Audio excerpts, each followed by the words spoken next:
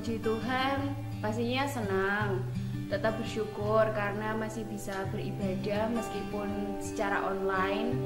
Dan mungkin rasanya masih tetap sama sih seperti ibadah di gereja, cuman perbedaannya kita beribadah di rumah bersama dengan keluarga.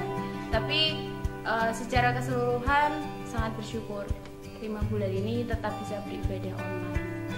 Menurut saya ibadah online selama 5 bulan ini saya merasa terberkati. Tapi saya sedih karena tidak bisa berkumpul bersama jemaat yang lain.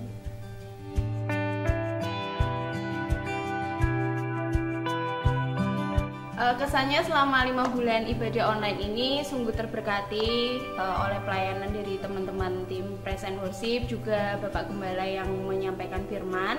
Dan harapannya semoga pandemi ini segera berlalu, jadi kita bisa ibadah secara offline dan kita bisa ibadah dengan jemaat semua di GBT Kristus Alpha Omega Jepara.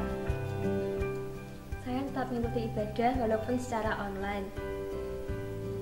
Rasanya berbeda ya, karena kita tidak bisa melakukan ibadah secara langsung. Harapan saya ke depannya, semoga pandemi ini segera berakhir, vaksinnya segera ditemukan, dan kita bisa berkumpul lagi untuk memuji muliakan Tuhan bersama dan mendengarkan firman bersama. Mari kita bersama-sama terus doakan biar pandemi ini segera berakhir dan kita segera bisa beribadah secara offline, bertatap muka dan beribadah bersama-sama, memuji muliakan nama Tuhan. Dan tetap semangat, tetap sehat, dan Tuhan Yesus memberkati. Mari jemaat Tuhan, kita patuhi protokol kesehatan dari pemerintah, tetap pakai masker, tetap jaga kesehatan, tetap semangat untuk menjalani kehidupan. God bless you.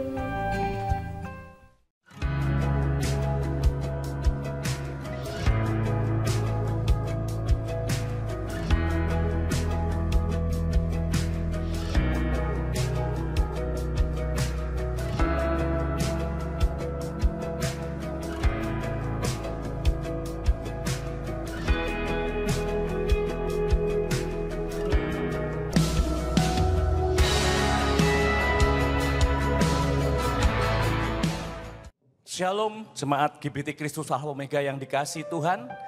Kita bersyukur bahwa kita boleh memasuki bulan September 2020. Dan saya percaya kalau kita boleh ada saat ini, itu semua karena anugerah Tuhan.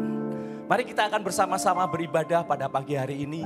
Kita akan bersama-sama datang kepada Tuhan, memuji memuliakan Tuhan. Bahkan kita akan mendengar firman Tuhan. Sebelumnya mari kita akan berdoa bersama-sama.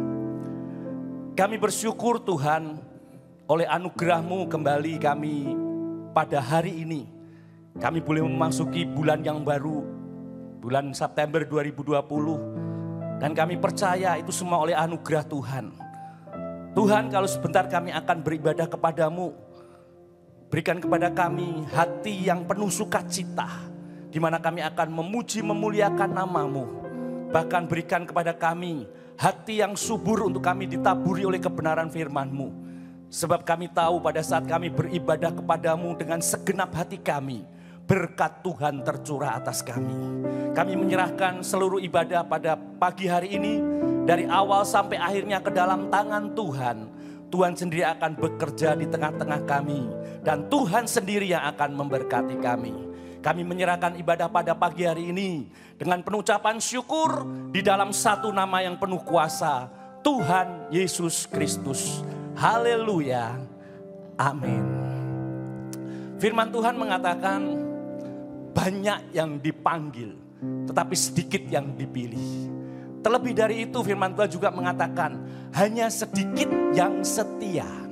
Oleh sebab itu marilah kita akan bersama-sama. Kita mempunyai komitmen di hadapan Tuhan. Kita akan setia di dalam Tuhan.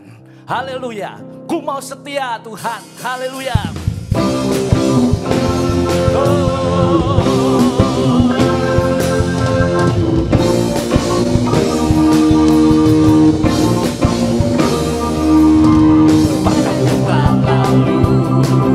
Mengarah pada tujuan dengan mata memandang Tuhan Yesus, bertani sampai menang, berani sampai akhir, tanggalkan semua doa.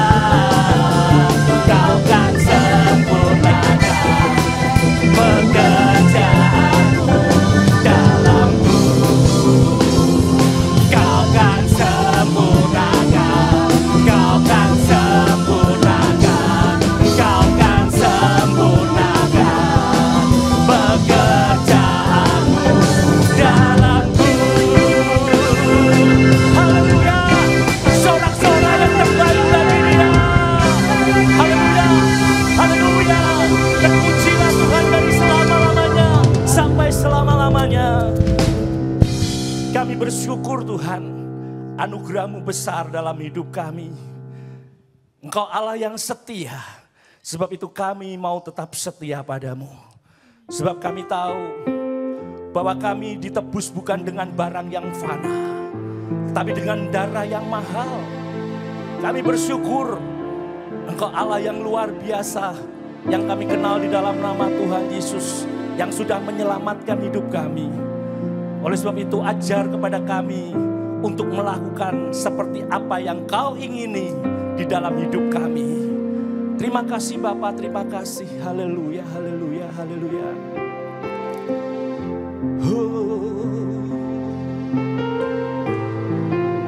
Terima kasih Tuhan.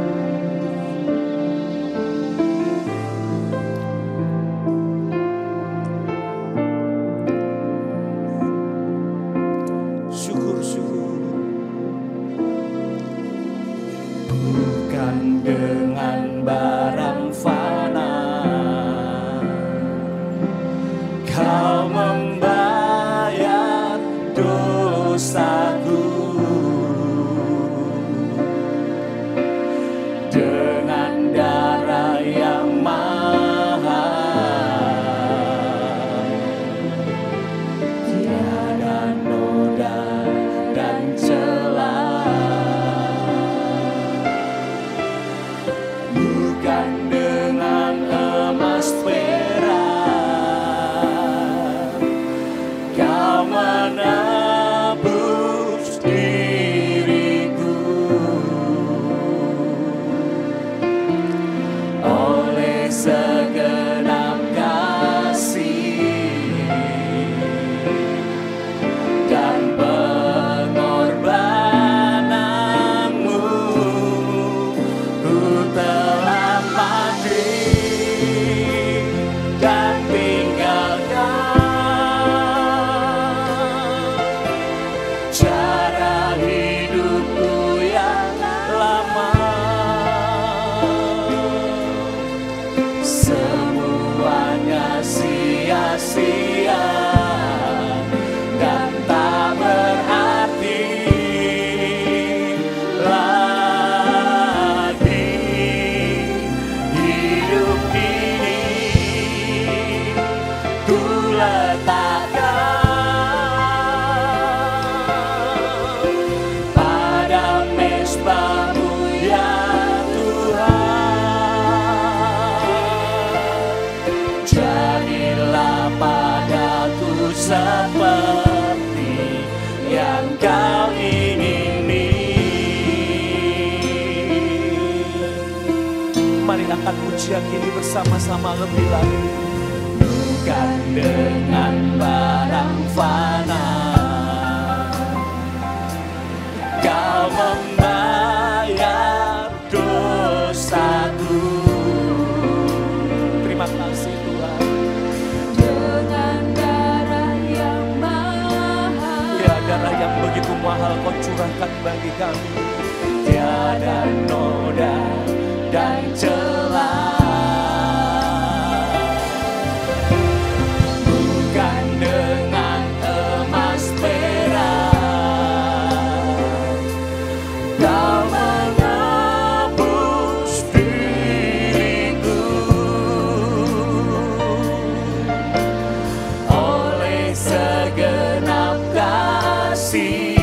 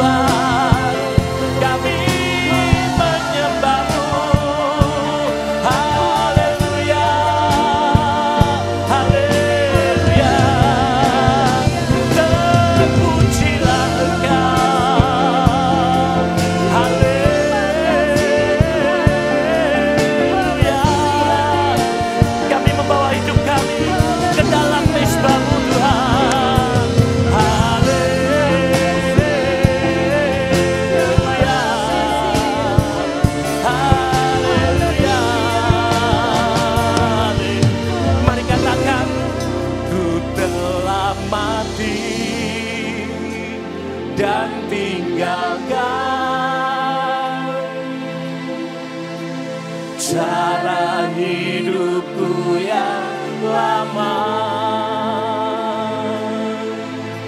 semuanya sia-sia dan tak berarti lagi. Hidup ini ku letakkan pada mezbah-Mu ya Tuhan. Jadilah padaku seperti yang kali ini ku telah mati dan tinggalkan. Ku telah mati. Waktu selanjutnya kami serahkan kepada Bapak Pendeta Frank yang akan menyampaikan firman Tuhan. Cara hidupku yang lama, semuanya sia-sia dan tak berarti lagi. Hidup ini ku letakkan pada mezbah-Mu ya Tuhan. Jadilah padaku seperti yang Kau ingini. Jadilah padaku seperti yang Kau ingini. Jadilah padaku seperti yang Kau ingini.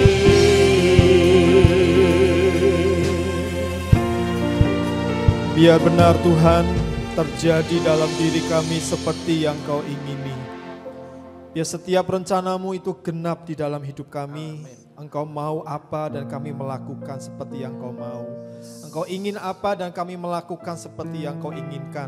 Biar semua yang ada di dalam rencana-Mu dalam hidup kami itu benar-benar terjadi ya Tuhan. Karena Engkau sudah menebus hidup kami dan Engkau sudah memiliki kami sepenuhnya. Dan kami bersyukur Tuhan untuk bulan yang baru ini di tanggal 6 September kami boleh kembali beribadah. Kami bersyukur untuk penyertaan Tuhan sepanjang bulan Agustus yang lalu. Tuhan sudah begitu banyak menolong kami, begitu banyak memberkati kami. Terima kasih di awal minggu ini kami juga percaya ketika kami sudah berada di bulan September, maka Engkau pun akan memberkati kami, menyertai setiap langkah perjalanan kami. Pada hari ini Tuhan, sebelum kami akan mendengar firman-Mu, kami mau bersama-sama mendoakan setiap anak-anak yang sudah Tuhan percayakan di dalam diri setiap keluarga-keluarga daripada jemaat Tuhan di tempat ini. Biar dimanapun saat ini anak-anak berada dengan orang tua mereka, Engkau akan sanggup untuk menjangkau mereka semua. Tuhan, Engkau akan berkati anak-anak kami, semua orang tua yang ada di rumah masing-masing. Biarlah Engkau masing-masing meletakkan tangan-Mu di atas kepala anak-anak-Mu. Dan berkatilah mereka dengan berkat-berkat yang terbaik seperti yang Kau mau. Tuhan, dengarkan doa-doa daripada orang tua mereka. Ketika orang tua mereka berdoa buat anak-anak masing-masing, biar dengarkan doa mereka. Kabulkan doa mereka. Jadilah seperti kehendak-Mu Tuhan di dalam diri setiap anak-anak itu. Ketika anak-anak diberkati dengan kesehatan, jadi sehat semua. Ketika anak-anak diberkati dengan hikmat marifat yang luar biasa, itu pun terjadi di dalam diri setiap anak-anak mereka Tuhan. Dan ketika mereka juga berdoa agar anak-anak ini dilepaskan, diluputkan dari segala pergaulan yang buruk, itu pun terjadi dalam diri setiap anak-anak kami. Anak-anak kami diluputkan semuanya, dijauhkan dari segala pengaruh-pengaruh pergaulan yang buruk. Terima kasih Tuhan, terima kasih. Kami percaya bahwa setiap anak-anak kami ketika belajar dari rumah, untuk sementara waktu ini mereka boleh tetap antusias, mereka boleh tetap punya semangat, mereka boleh tetap belajar dengan sungguh-sungguh, dengan fokus, dengan konsentrasi. Berkati juga setiap guru-guru yang membimbing mereka. Berkati orang tua mereka yang juga mungkin ikut membimbing mereka. Berikan kepada mereka semua kesabaran, berikan kepada mereka hikmat daripada Tuhan, agar orang tua daripada anak-anak itu boleh juga menolong setiap mereka yang dalam kesulitan dalam belajar. Terima kasih Tuhan, sebentar kalau kami juga akan bersekutu dengan tubuh dan darah Kristus, kiranya Tuhan pun akan melayakkan setiap kami, sehingga kami boleh benar-benar diberkati oleh persekutuan dengan tubuh dan darah Kristus. Terima kasih, kami siap untuk mendengar firman Tuhan, dan kiranya Engkau memberkati kami semua. Di dalam nama Tuhan Yesus Kristus kami sudah berdoa dan mengucap syukur. Amin. Puji Tuhan, Shalom. Selamat pagi Bapak Ibu Saudara jemaat Tuhan yang terkasih dimanapun Anda berada. Saya senang sekali bisa kembali berada bersama-sama dengan Bapak Ibu Saudara meskipun kita harus dipisahkan dengan jarak. Karena memang kita masih belum bisa mengadakan ibadah secara offline atau secara tatap muka. Bapak Ibu Saudara, di bulan September ini saya ingin memberikan sebuah tema khotbah yang berbeda dari bulan yang lalu, yaitu bulan ini bicara mengenai singkirkan penghalang. Mari kita akan buka lebih dulu firman Tuhan dari Ibrani 12 ayat yang pertama. Tema bulan ini adalah bicara tentang singkirkan penghalang. Mari kita akan baca Ibrani 12 ayat 1 berkata demikian. Karena kita mempunyai banyak saksi bagaikan awan yang mengelilingi kita. Marilah kita menanggalkan semua beban dan dosa yang begitu merintangi kita. Dan berlomba dengan tekun dalam perlombaan yang diwajibkan bagi kita.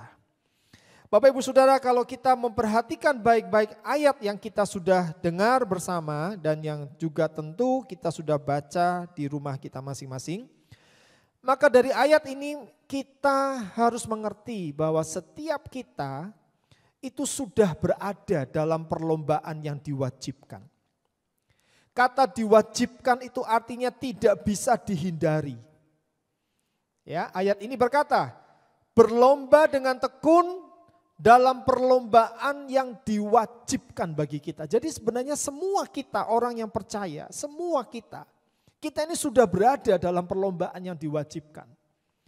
Siap tidak siap kita harus menjalani tiap-tiap perlombaan itu. Sebab ada begitu banyak saksi. Ayat tadi berkata, kita punya banyak saksi. Di mana para saksi-saksi itu?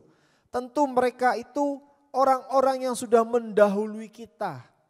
Suami kita, istri kita, orang tua kita, mungkin juga anak-anak kita, keluarga kita yang lain yang di dalam Tuhan, yang sungguh-sungguh di dalam Tuhan. Mereka semua sudah berada di sorga, mereka semua sudah ada di sana. Dan mereka di sana melihat kita yang masih hidup di bumi ini. Dan mereka memberikan semangat kepada kita untuk terus kita berlomba, untuk terus kita masuk dalam perlombaan yang diwajibkan itu. Mereka melihat, mereka memperhatikan, mereka mendukung kita. Mungkin kalau kita sudah mulai lelah dalam perlombaan itu, mereka memberikan semangat kepada kita dalam doa-doa mereka. Bapak Ibu Saudara, kalau kita sudah ada dalam perlombaan yang diwajibkan, maka konsekuensinya adalah semua beban, semua dosa harus ditanggalkan. Karena itu menjadi rintangan buat kita. Ayat tadi berkata, tanggalkan semua beban. Marilah kita menanggalkan semua beban dan dosa yang begitu merintangi kita. Jadi halangan buat setiap orang Kristen dalam perlombaan yang diwajibkan itu adalah apa, saudara? Beban-beban hidup kita. Memang hidup di dalam dunia ini tidak bisa lepas dari yang namanya beban. Tapi mari kita mau tanggalkan semua beban itu. Kita mau percaya kepada Tuhan. Bahkan dosa-dosa yang begitu merintangi kita, kita mau belajar untuk berhenti melakukan dosa. Bapak Ibu Saudara, jangan berkata dosa itu, aduh susah untuk saya berhenti. Enggak Bapak Ibu Saudara, kita percaya kita bisa berhenti dari semua dosa-dosa. dari semua kelemahan tubuh saudara. Saudara bisa berhenti untuk tidak lagi berbuat dosa. Nah, Bapak Ibu Saudara, bangsa Israel dalam perjalanan menuju ke tanah perjanjian, saya perhatikan semuanya itu memiliki catatan-catatan yang bisa menjadi pelajaran buat kita. Kalau saudara memperhatikan di kitab perjanjian lama, ketika bangsa Israel mulai keluar dari tanah Mesir menuju ke tanah perjanjian, maka dalam perjalanan mereka ada begitu banyak catatan-catatan. Catatan-catatan yang buruk maupun catatan-catatan yang baik. Kalau yang baik tentunya kita ambil sebagai sebuah pelajaran. Sehingga kita bisa mencontoh yang baik itu. Tetapi kalau ada sebuah catatan yang buruk, kita pun akan coba untuk melihatnya. Kenapa mereka bisa melakukan semuanya itu? Bapak Ibu Saudara, semua rintangan harus bisa kita singkirkan. Sehingga kita bisa mencapai garis akhir dengan baik dan dengan benar. Karena itu selama bulan September ini kita akan bahas tiap-tiap rintangan itu. Jadi selama bulan ini setiap rintangan-rintangan itu akan kita bahas dan kita harus bisa singkirkan semuanya itu. Nah, pada minggu yang pertama ini tanggal 6 September 2020 saya beri judul firman Tuhan pada pagi ini yaitu singkirkan hal-hal yang jahat. Mari kita akan buka 1 Korintus pasal yang ke-10 ayat yang ke-6. 1 Korintus pasal yang ke-10 ayat yang ke-6.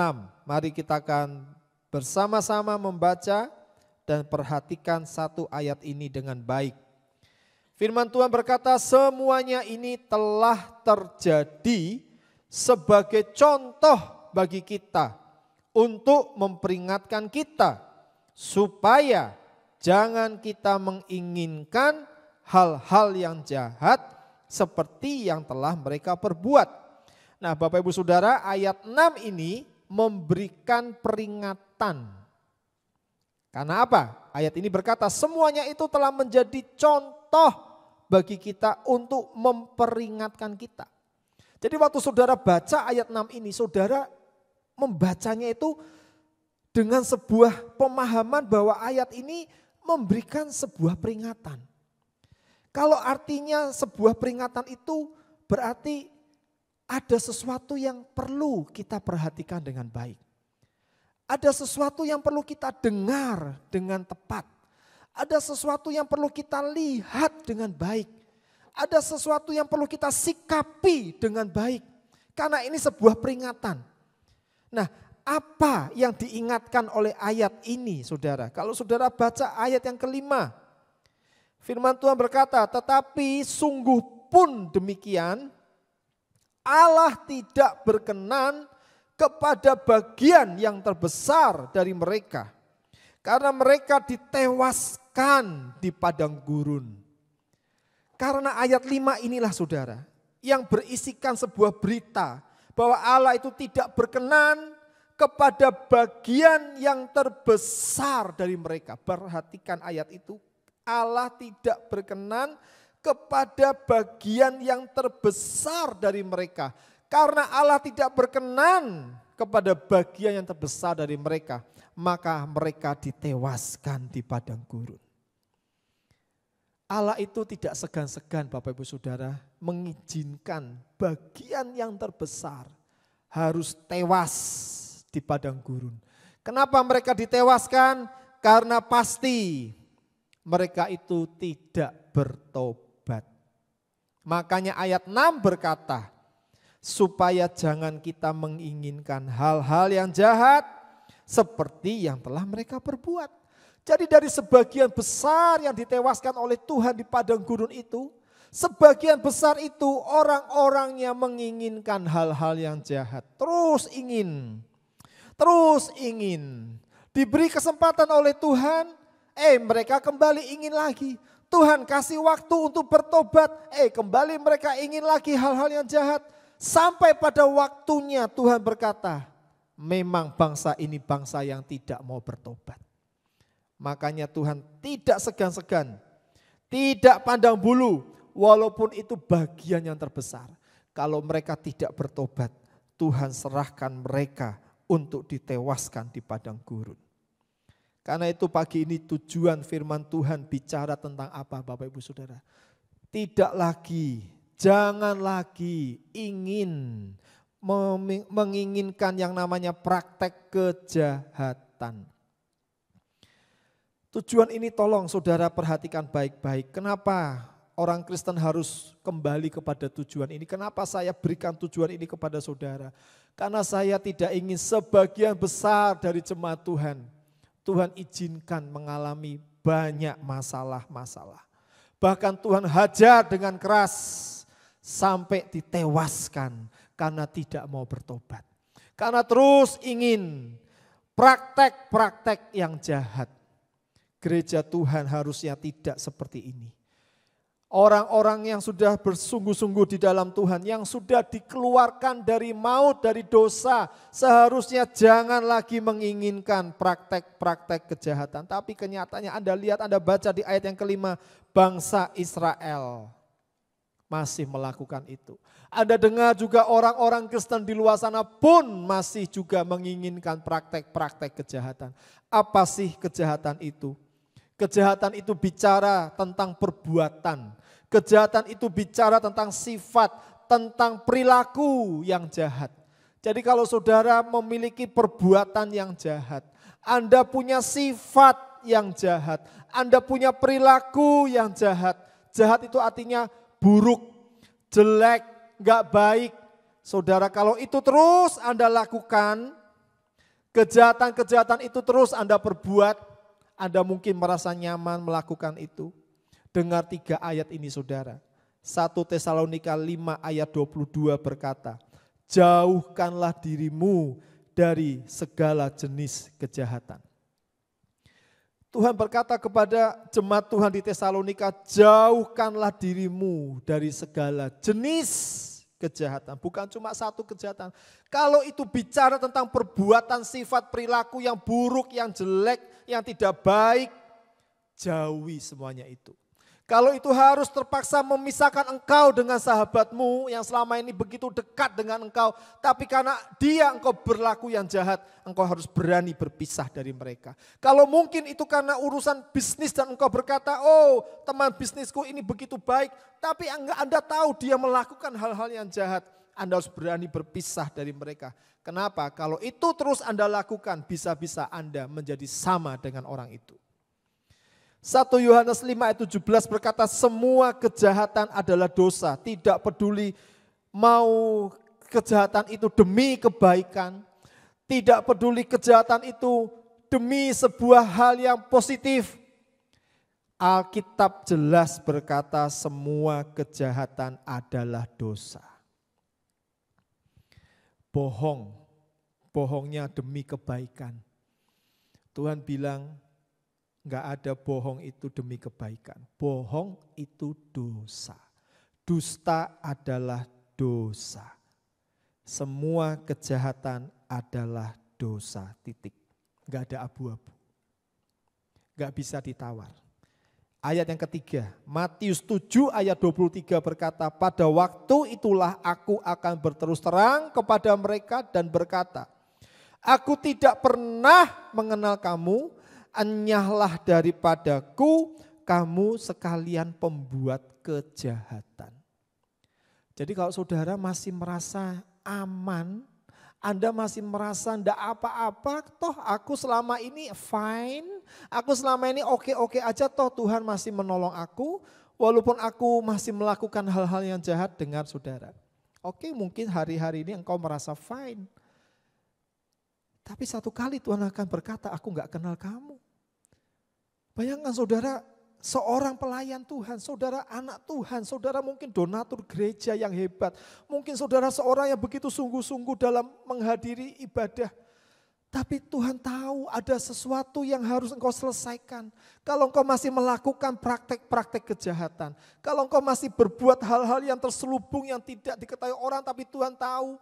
Dan itu membuat engkau terus merasa nyaman di dalamnya.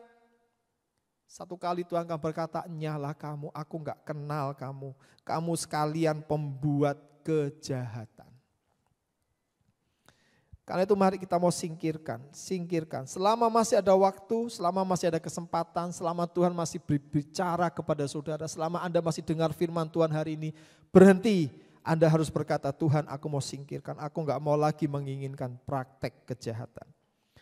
Mari kita akan baca, mengekspos dari kitab Bilangan pasal yang ke-11. Bilangan pasal yang ke-11 mulai ayat 4 sampai ayat yang ke-35. Kita enggak punya waktu untuk baca ayat-ayat yang panjang ini saudara. Tapi nanti saudara benar-benar baca ya. Setelah Anda dengar firman ini Anda baca kembali Bilangan pasal 11 ini ayat 4 sampai 35. Maka saudara akan tahu seperti apa jahatnya orang Israel di mata Tuhan. Bangsa ini sudah benar-benar ditolong dengan luar biasa oleh Tuhan. Tapi mereka masih saja melakukan yang jahat. Tuhan hajar mereka. Tuhan tidak segan-segan mendisiplin mereka. Sekalipun mereka biji mata Tuhan. Umat yang disayangi oleh Tuhan. Tapi karena mereka terus melakukan yang jahat di hadapan Tuhan. Mereka tidak menghormati Tuhan. Tuhan hajar mereka dengan luar biasa.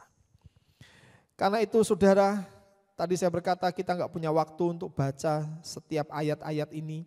Saudara baca sendiri, maka saya akan berikan kepada saudara ada 2 praktek kejahatan yang dilakukan oleh bangsa Israel yang harus disingkirkan oleh kita. Kita perlu tahu 2 praktek kejahatan apa yang dilakukan oleh bangsa ini. Tapi kalau kita sudah tahu jangan dilakukan saudara. Kebanyakan orang tahu. Kemudian orang melakukan yang sama. Anda harus tahu resikonya apa. Ya, Anda harus tahu konsekuensinya apa kalau terus dilakukan seperti yang dilakukan oleh bangsa Israel ini. Anda harus tahu. Karena itu kalau sudah ngerti 2 praktek kejahatan ini, Anda harus singkirkan. Yang pertama, ayat 4 berkata demikian. Orang-orang bajingan, dalam bahasa yang lain dikatakan orang-orang penghasut yang ada di antara mereka kemasukan nafsu rakus. Dan orang Israel pun menangislah pula serta berkata, siapakah yang akan memberi kita makan daging? Jadi di dalam kelompok besar orang Israel, jumlahnya taruh kata waktu itu 600 ribuan orang, mungkin sampai 1 juta orang. Di dalam kelompok yang besar itu ada yang disebut dengan orang-orang penghasut. Nggak tahu jumlahnya berapa Bapak Ibu Saudara. Tapi rupanya orang-orang penghasut ini berhasil mempengaruhi orang Israel. Kalau boleh dikatakan kelompok kecil ini berhasil mempengaruhi kelompok yang besar. Jumlah yang tidak seberapa daripada orang-orang yang menghasut ini berhasil mempengaruhi bangsa Israel. Sehingga mereka berkata kepada Musa, mereka menangis. Ini enggak main-main loh saudara, enggak cuma bicara. Tapi kalau sampai menangis berarti memang sudah sampai menyentuh dalam jiwa mereka. Hasutan itu sampai masuk dalam jiwa mereka. Mereka termakan dengan hasutan itu. Entah apa yang dihasutkan oleh orang-orang ini. Tetapi yang diminta oleh orang Israel dengan tangisan adalah mereka berkata, siapa yang memberi kami daging? Siapa yang bisa memberi kami makan daging? Berarti dengan kata lain hasutan itu bicara tentang apa? Ayo kamu harus minta daging. Kita semua selama ini gak pernah makan daging. Kamu harus minta daging, yuk kita sama-sama minta daging. Rupanya itu menjadi sesuatu yang terus masuk dalam pikiran mereka. Sampai masuk dalam jiwa mereka. Dan mereka berkata benar, kami gak pernah makan daging selama ini. Anak-anak kami gak pernah nikmati daging. Oh, orang tua kami gak pernah makan daging. Gak seperti waktu di Mesir, kami bisa makan daging setiap hari. Tapi di padang gurun ini gak ada daging yang bisa kami makan. Siapa yang bisa memberi kami makan daging? Bapak Ibu Saudara, orang-orang ini terhasut dengan hasutan orang-orang yang kemasukan nafsu rakus. Ini praktek kejahatan yang pertama. Apa itu praktek kejahatan yang pertama? menginginkan yang Tuhan tidak siapkan. Praktek kejahatan yang dilakukan oleh bangsa Israel yang pertama adalah mereka menginginkan, mereka mengingini yang Tuhan tidak siapkan. Dengar Bapak Ibu Saudara, Tuhan itu menyiapkan apa yang diperlukan. Tuhan menyiapkan apa yang dibutuhkan, bukan apa yang diinginkan. Matius pasal 6 ayat 8 berkata, Bapamu mengetahui apa yang kamu perlukan. Baca ayat itu saudara. Matius 6 ayat 8 berkata, Bapakmu yang di surga itu mengetahui. Bapakmu itu tahu apa yang kamu perlukan. Bukan ayat itu berkata Bapakmu tahu apa yang kamu inginkan. Tidak, Alkitab tidak pernah salah menulis. Bapak kita di surga itu tahu apa yang kita perlukan. Makanya Tuhan itu memberi, Tuhan itu menyiapkan apa yang diperlukan dan dibutuhkan oleh umatnya. Bukan apa yang diinginkan. Bapak Ibu Saudara, keinginan itu sifatnya netral. Ya, bisa salah, bisa tidak salah keinginan itu. Tapi keinginan itu bisa jadi salah kalau yang diingini itu tidak benar. Keinginan itu bisa salah kalau yang diingini itu enggak tepat. Itu bisa salah. Tapi keinginan itu bisa benar kalau tepat. Kalau benar, ya benar adanya keinginan itu. Nah, keinginan yang salah itu digerakkan oleh hawa nafsu. Coba dibaca Galatia 5 ayat 24 Bapak Ibu Saudara.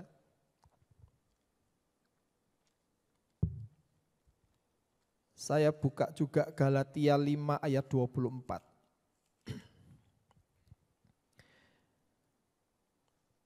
Firman Tuhan berkata demikian.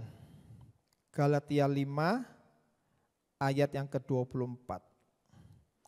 Barang siapa menjadi milik Kristus Yesus, ia telah menyalibkan daging dengan segala hawa nafsu dan keinginannya. Barang siapa menjadi milik Kristus Yesus, ia sudah menyalibkan daging. Daging itu disalibkan dengan segala hawa nafsu dan keinginannya. Ada gandengan antara hawa nafsu dan keinginan. Hawa nafsu dan keinginan ini harus disalibkan. Karena kita sudah menjadi milik Kristus Yesus. Berarti dengan demikian kita harus punya sebuah keinginan yang gak boleh salah. Karena keinginan yang salah itu digerakkan oleh hawa nafsu. Dan keinginan yang benar itu digerakkan oleh doa, oleh permohonan dengan ucapan syukur. Coba saudara, kapan saudara punya keinginan yang kemudian Anda berdoa? Coba pikirkan, renungkan, ingat kembali kapan Anda punya sebuah keinginan, kemudian Anda berkata, Tuhan aku mohon doaku ini dikabulkan. Lalu Anda berkata, terima kasih Tuhan aku sudah bicara kepadamu, menyampaikan keinginanku. Kapan kira-kira saudara punya keinginan yang dibawa dalam doa, dalam permohonan dengan ucapan syukur? Kalau Anda sedang sakit. Siapa di sini yang sakit tidak ingin sembuh? Semua orang yang sakit pasti ingin sembuh. Keinginan untuk sembuh itu bukan digerakkan oleh hawa nafsu. Tapi Anda punya sebuah keinginan untuk sembuh. Keinginan untuk menjadi seorang yang dewasa rohani. Keinginan untuk menjadi seorang yang bisa melayani dengan lebih baik. Anda pasti akan bawa semua keinginan itu dalam doa. Tuhan, aku sebagai pelayanmu, aku ingin lebih lagi melayani Engkau dengan lebih baik. Tuhan, ketika aku sakit, aku ingin sembuh. Tuhan, aku ingin menjadi orang yang dewasa rohani. Saya katakan semua keinginan itu keinginan yang benar. Bukan keinginan yang digerakkan oleh hawa nafsu, bukan keinginan yang salah. Jadi kalau saudara punya sebuah keinginan yang benar, Anda akan digerakkan oleh yang namanya doa. Oleh yang namanya sebuah permohonan. Oleh yang namanya sebuah ucapan syukur. Tapi perhatikan ayat tadi di Bilangan pasal yang ke-11 ayat yang ke-4. Orang-orang penghasut itu kemasukan nafsu rakus. Hawa nafsu rakus masuk dalam diri mereka dan mereka mulai menghasut orang-orang Israel. Mereka berkata, siapa yang bisa memberi kami makan daging? Kami ingin makan daging. Padahal Tuhan menyiapkan roti mana untuk bangsa Israel selama 40 tahun. Mereka ada di padang gurun. Tuhan menyiapkan apa yang diperlukan oleh bangsa ini. Apa yang dibutuhkan oleh bangsa ini. Anda tahu roti mana itu seperti apa? Khasiatnya, hebatnya roti ini. Benar-benar luar biasa. Kenapa Tuhan kasih roti mana 40 tahun untuk bangsa Israel? Di padang gurun loh saudara. Roti atau makanan seperti apa yang bisa membuat bangsa ini sehat selalu? Makanan seperti apa yang bisa membuat bangsa ini kuat selalu kalau bukan karena mana yang Tuhan kasih kepada mereka. Roti mana ini menjadi makanan yang bisa dikatakan berkat makanan tersendiri dari Tuhan. Selain dari berkat-berkat Tuhan yang lainnya. Oh, berkat yang luar biasa roti mana ini saudara. Mereka sehat, mereka begitu kuat berjalan. Mereka tidak pernah, mungkin kalau kita baca mereka enggak pernah mengalami sakit kecuali sakit yang karena Tuhan izinkan mereka mengalami sakit. Tapi dengan roti ini Tuhan tahu ini yang dibutuhkan, ini yang diperlukan. Coba kalau Tuhan juga kasih daging. Daging yang penuh dengan mungkin nilai-nilai kolesterol yang tinggi. Mungkin kebanyakan mereka akan sakit. Ya Bapak Ibu Saudara. Tuhan itu sudah menyiapkan dan memberikan yang terbaik. Namun umat menginginkan yang lain. Yaitu untuk apa? Memuaskan hawa nafsunya. Tuhan sudah kasih yang terbaik. Beri yang terbaik. Namun orang Israel masih ingin. Tuhan aku masih ingin daging. Kenapa? Karena hawa nafsu. Coba dibuka 2 Timotius 3 ayat yang keempat. 2 Timotius 3 ayat yang keempat, firman Tuhan berkata apa Bapak Ibu Saudara? 2 Timotius 3 ayat yang keempat berkata, suka mengkhianat, tidak berpikir panjang, berlagak tahu, lebih menuruti hawa nafsu daripada menuruti Allah. Ini deskripsi dari apa? Kalau saudara baca ayat yang pertama dikatakan ketahuilah bahwa pada hari-hari terakhir akan datang masa yang sukar. Manusia, dikatakan manusia sampai kepada ayat 4 tadi. Manusia lebih menuruti hawa nafsu daripada menuruti Allah. Ini ditulis di Alkitab loh Bapak Ibu Saudara. Ini Alkitab adalah kitab sucinya orang Kristen. Jadi kalau saudara baca 2 Timotius 3 ayat yang keempat, siapakah yang disebut dengan manusia ini? Siapakah yang dimaksud dengan kata manusia ini? Yaitu orang-orang Kristen. Orang-orang Kristen pada akhir zaman ada di antara mereka yang lebih menuruti hawa nafsunya daripada menuruti Allah. Selalu terus menginginkan apa yang salah karena digerakkan oleh hawa nafsunya. Bukan menginginkan apa yang benar. Yang digerakkan oleh doa, permohonan dengan ucapan syukur. Tapi selalu digerakkan oleh hawa nafsunya, Dan Tuhan berkata, kenapa?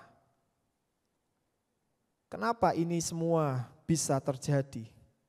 Kenapa mereka menginginkan hal-hal yang bersifat hawa nafsu?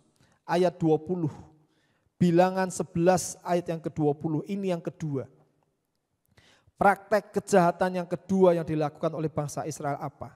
Ayat 20 berkata, tetapi genap sebulan lamanya sampai keluar dari dalam hidungmu dan sampai kamu muak karena kamu telah menolak Tuhan yang ada di tengah-tengah kamu dan menangis di hadapannya dengan berkata, untuk apakah kita keluar dari Mesir? Ini sama halnya dengan kalau ada orang Kristen yang berkata, untuk apa aku jadi orang Kristen? Kalau aku gak boleh ini, gak boleh itu, ingin ini, gak boleh ingin itu. Siapa bilang saudara-saudara nggak boleh ingin ini itu? Anda merdeka, boleh, silahkan, monggo. Tapi perhatikan, semua diperbolehkan benar, tapi apakah itu membangun? Apakah itu berguna? Anda bilang, kenapa orang Kristen yang lain boleh ngerokok, saya kok enggak boleh ngerokok? Kenapa orang Kristen lain boleh dugem, saya kok enggak boleh dugem? Loh monggo silahkan. Tapi lihat saudara, apakah itu berguna? Apakah itu membangun? Kalau ujung-ujungnya engkau sakit gara-gara rokok, kalau ujung-ujungnya rumah tanggamu berantakan gara-gara engkau dugem, ekonomi hancur gara-gara engkau dugem, saya katakan itu enggak berguna dan enggak membangun. Kenapa engkau mau sama dengan mereka orang Kristen kebanyakan? Kenapa ada orang Kristen yang di sana boleh berbuat ini, kau enggak boleh? Tanya kepada Tuhan, itu berguna tidak? Kalau sudah Tuhan bilang enggak berguna, stop, berhenti. Kalau Tuhan bilang berguna, itu membangun, lakukan. Tapi di mana-mana yang namanya dosa atau keinginan daging enggak pernah ada kegunaannya dan enggak pernah ada yang bisa membangun. Semuanya pasti akan berakhir kepada sebuah penyesalan, saudara. Karena itu mari kita lihat ayat tadi berkata, menangis di hadapan Tuhan berkata, untuk apakah kita keluar dari Mesir kalau kami gak dapat daging? Oh Tuhan jawab, oke kamu minta daging tak kasih daging. 1 bulan penuh tak kasih daging. Daging apa? Burung puyuh saudara. Mereka bisa bebas mengambil burung puyuh. Anda tahu Alkitab berkata apa ketika 1 orang ngambil burung puyuh? Alkitab berkata mereka mengambil dengan ukuran 10 homer. 1 orang Israel, kalau saya orang Israel dan saya melihat ada begitu banyak burung puyuh di padang gurun pada waktu itu. Maka dengan rakusnya saya akan mengambil dengan ukuran 10 homer. Anda tahu 10 homer itu seperti berapa sih ukurannya? Ngeri saudara, 10 homer itu enggak sedikit. Orang ketika melihat seseorang mengumpulkan dengan jumlah 10 homer, orang akan selalu berkata, pasti berkata dalam pikirannya, orang itu geragas, orang itu rakus. 1 orang, perut saya itu seberapa sih besarnya? Bisa mengambil 10 homer. Makanya Tuhan bilang, sampai keluar dari hidungmu, sampai kamu muak makan daging. Sampai kamu jeleh-jeleh makan daging. Sampai kamu sudah benar-benar kepayahan makan daging. Itulah kalau kamu ingin yang jahat ya seperti itu. Yang kedua saudara, apa yang dilakukan oleh bangsa ini yang jahat? Mereka menolak Tuhan yang ada di tengah-tengah mereka. Padahal dari awal Tuhan sudah menyertai memimpin mereka melalui Musa. Tuhan kasih tiang awan, Tuhan kasih tiang api.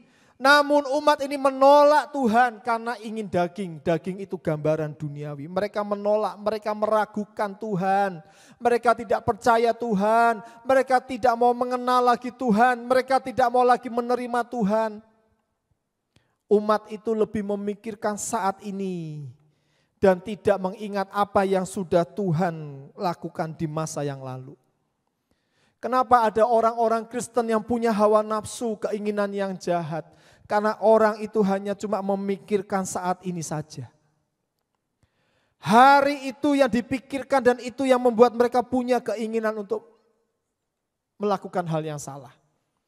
Tapi mereka lupa semua kebaikan Tuhan di masa yang lalu yang sudah meluputkan mereka dari semuanya itu, yang sudah menebus hidup mereka. Bapak Ibu Saudara, jangan kita menggantikan kehadiran pribadi Tuhan dengan yang sementara. Semuanya itu sementara. Kita harus ingat Tuhan itu begitu baik dalam hidup kita. Tuhan jangan kita tolak. Mari kita mau terus libatkan Tuhan. Karena itu aplikasinya apa Bapak Ibu Saudara? Yang pertama, cukupkan dirimu dengan apa yang ada. Jangan ingin apa yang salah. Engkau punya apa hari ini, cukupkan dengan apa yang ada. Tuhan kasih apa hari ini, Tuhan beri apa hari ini, Tuhan sediakan apa hari ini bagi engkau. Tuhan berikan apa untuk besok hari Senin, Tuhan berikan apa untuk besok hari Selasa. Cukupkan dirimu dengan apa yang ada. Jangan engkau melihat tetanggamu yang punya ini, yang punya itu. Jangan engkau lihat tetanggamu yang bisa makan enak. Sudah saudara, kita harus terima Apa yang Tuhan berikan kepada kita, cukupkan dengan apa yang ada. Jangan ingin apa yang salah. Ibrani pasal 13 ayat yang kelima berkata, cukupkanlah dirimu dengan apa yang ada padamu. Yang kedua saudara, libatkan Tuhan selalu di setiap jalan kita. Jangan kita tolak Tuhan, kita percaya kalau Tuhan bersama dengan kita selalu ada jalan keluar. Kalau Tuhan bersama membimbing kita selalu ada perlindungan, ada penyertaan Tuhan. Jangan gantikan peran Tuhan itu dengan hal-hal yang sementara, yang bersifat hawa nafsu belaka. Karena itu Bapak Ibu Saudara, pada hari ini mari kita mau singkirkan hal-hal yang jahat. Stop, jangan melakukan kejahatan. Berhenti hari ini, engkau punya tubuh dan darah Kristus di rumahmu masing-masing. Siapkan itu dan engkau bereskan semuanya di hadapan Tuhan. Engkau berkata, Tuhan ini aku mau menjadi orang-orang yang mau menyingkirkan penghalang. Sehingga aku bisa tiba di tujuanku, yaitu sorga yang mulia. Aku sudah cukup belajar dari bangsa Israel. Saudara, minggu-minggu berikutnya kita akan belajar dari bangsa Israel. Catatan-catatan yang lain yang harus kita singkirkan. Karena itu yang pertama ini, singkirkan hal-hal yang jahat. Mari kita akan siapkan diri kita untuk masuk dalam perjamuan kudus Tuhan. Saya rindu menyanyikan sebuah lagu, mungkin ini lagu yang baru dinyanyikan untuk pertama kalinya. Tapi bukan lagu yang benar-benar baru kita dengarkan, tidak. Kita sudah mendengarkan itu mungkin lewat tayangan-tayangan YouTube, mungkin lewat siaran televisi, atau lewat MP3 dan lain sebagainya. Saya ingin kita nyanyikan lagu yang berjudul Engkau Setia.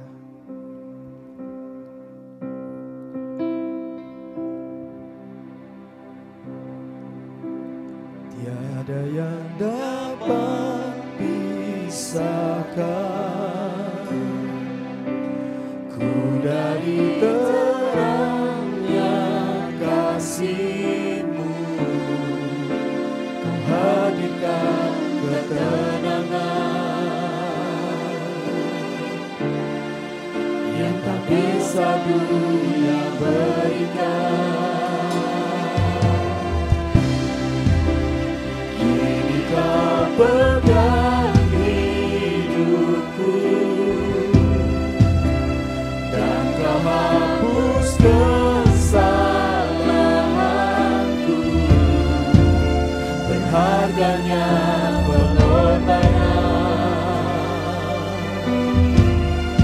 yang memberikan keselamatan. Kau hadir di setiap langkahku. Ku aman di dalam hadirat-Mu. Kau buktikan Engkau setia. Kan ku angkat tinggi tanganku, kan ku angkat tinggi tanganku, tanda ku berserah kepadamu. Selamanya Engkau setia.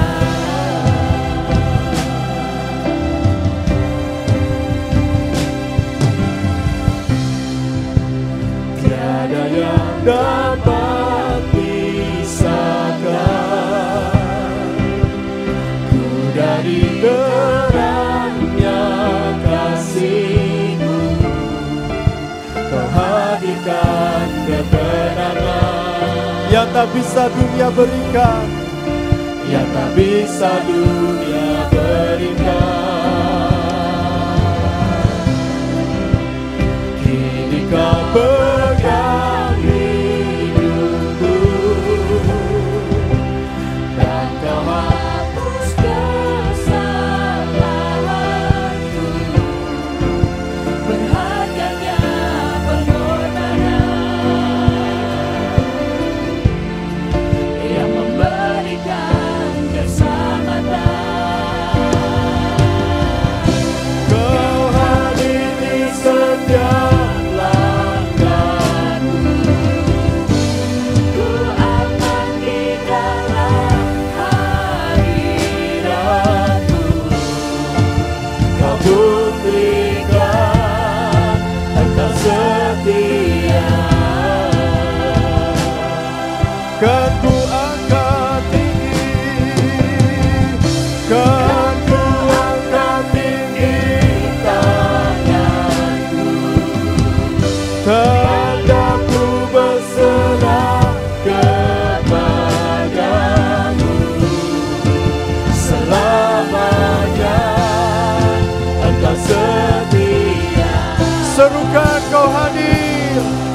setiap langkah kami Tuhan. Haleluya. Kau hadir di setiap langkahku. Ku aman di dalam hadiratmu. Kau buktikan Engkau setia. Haleluya. Kan ku angkat tinggi tanganku, tanganku berserah kepadamu. Selamanya Engkau setia.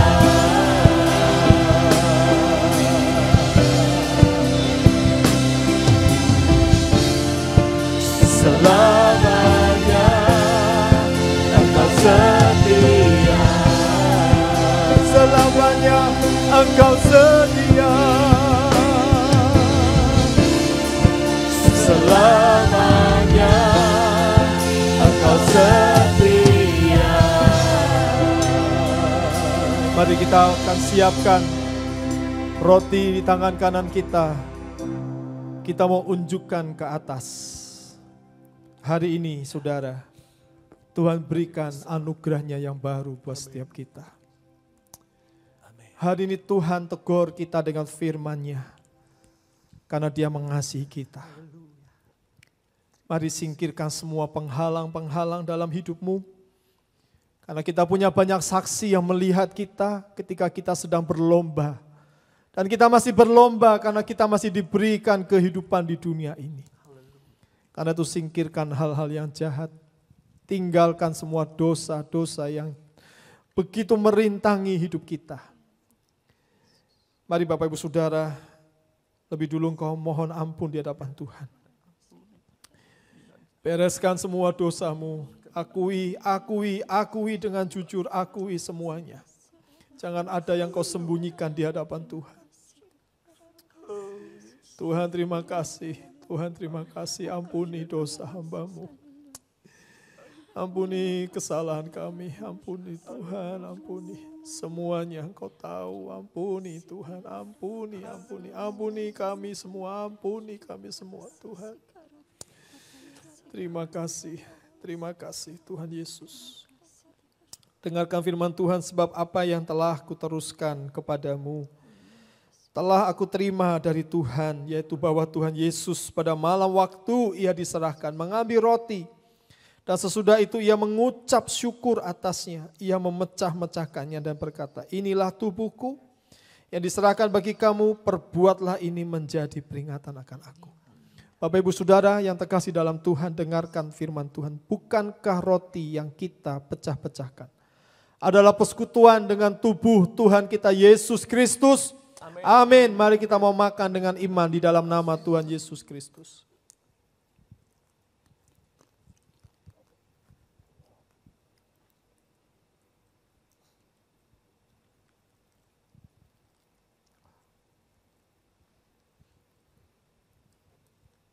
Mari kita mau angkat cawan berisi darah Kristus. Dengarkan firman Tuhan, demikian juga Ia mengambil cawan sesudah makan lalu berkata, cawan ini adalah perjanjian baru yang dimeteraikan oleh darahku. Perbuatlah ini setiap kali kamu meminumnya menjadi peringatan akan aku. Bapak Ibu Saudara jemaat Tuhan yang terkasih, bukankah cawan pengucapan syukur? Yang atasnya kita ucapkan syukur adalah persekutuan dengan darah Tuhan kita Yesus Kristus. Amin. Mari kita meminum dengan iman di dalam nama Tuhan Yesus Kristus. Terima kasih Tuhan.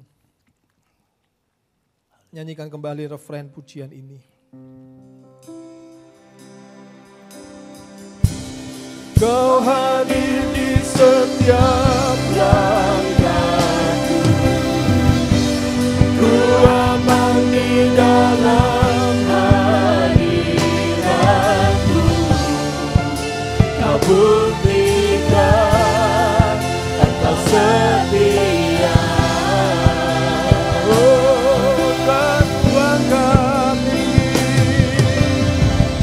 Kan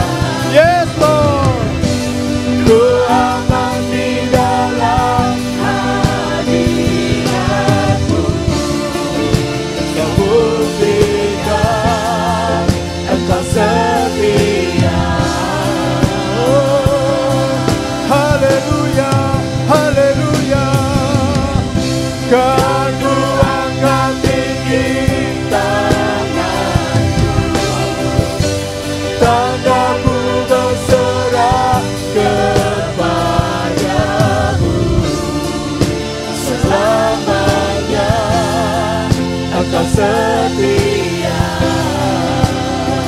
Selamanya Engkau setia. Selamanya Engkau setia. Selamanya, selamanya Engkau setia Tuhan. Selamanya Engkau setia. Haleluya. Engkau setia Tuhan. Selamanya Engkau setia. Haleluya, haleluya, haleluya. Meteraikan firman-Mu di dalam hati setiap umat-Mu di tempat ini. Biar kami menjalani hari-hari di bulan September ini dengan penuh kemerdekaan, dengan penuh kemenangan, dengan penuh segala kelegaan. Karena kami masih terus berlomba dalam perlombaan yang diwajibkan bagi setiap kami. Terima kasih Tuhan, terima kasih. Terima kasih Tuhan, terima kasih. Engkau memberkati setiap umat-Mu yang sudah mengikuti ibadah online ini. Tuhan juga berkati setiap pendengar, setiap pemirsa, setiap umat-Mu yang bukan dari gereja ini pun Tuhan memberkati mereka. Terima kasih Tuhan, terima kasih. Sebentar kalau sebelum kami akan menerima doa berkat daripada Tuhan, kami mau menaikkan ucapan syukur kami, menaikkan segala pujian hormat kepada Tuhan.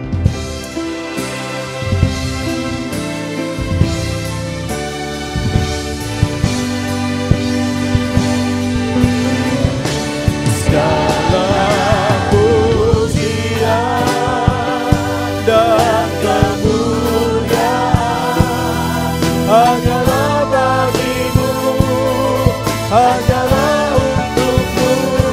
Segala pujian dan kemuliaan kini ku persembahkan di hadapan-Mu Tuhan. Segala pujian, segala pujian dan kemuliaan hanyalah bagimu, hanyalah untukmu.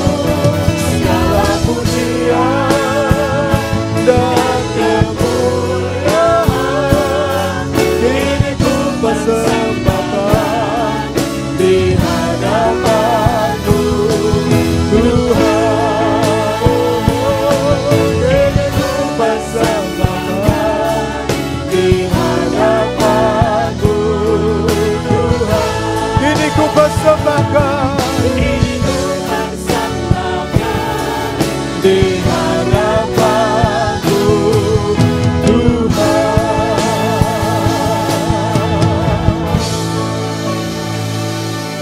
Jemaat Tuhan yang terkasih, terimalah berkat dari Allah Bapa kita yang ada di sorga, kasih sayang dari Tuhan kita Yesus Kristus, dan persekutuan dengan Roh Kudus. Tuhan memberkati engkau dan melindungi engkau.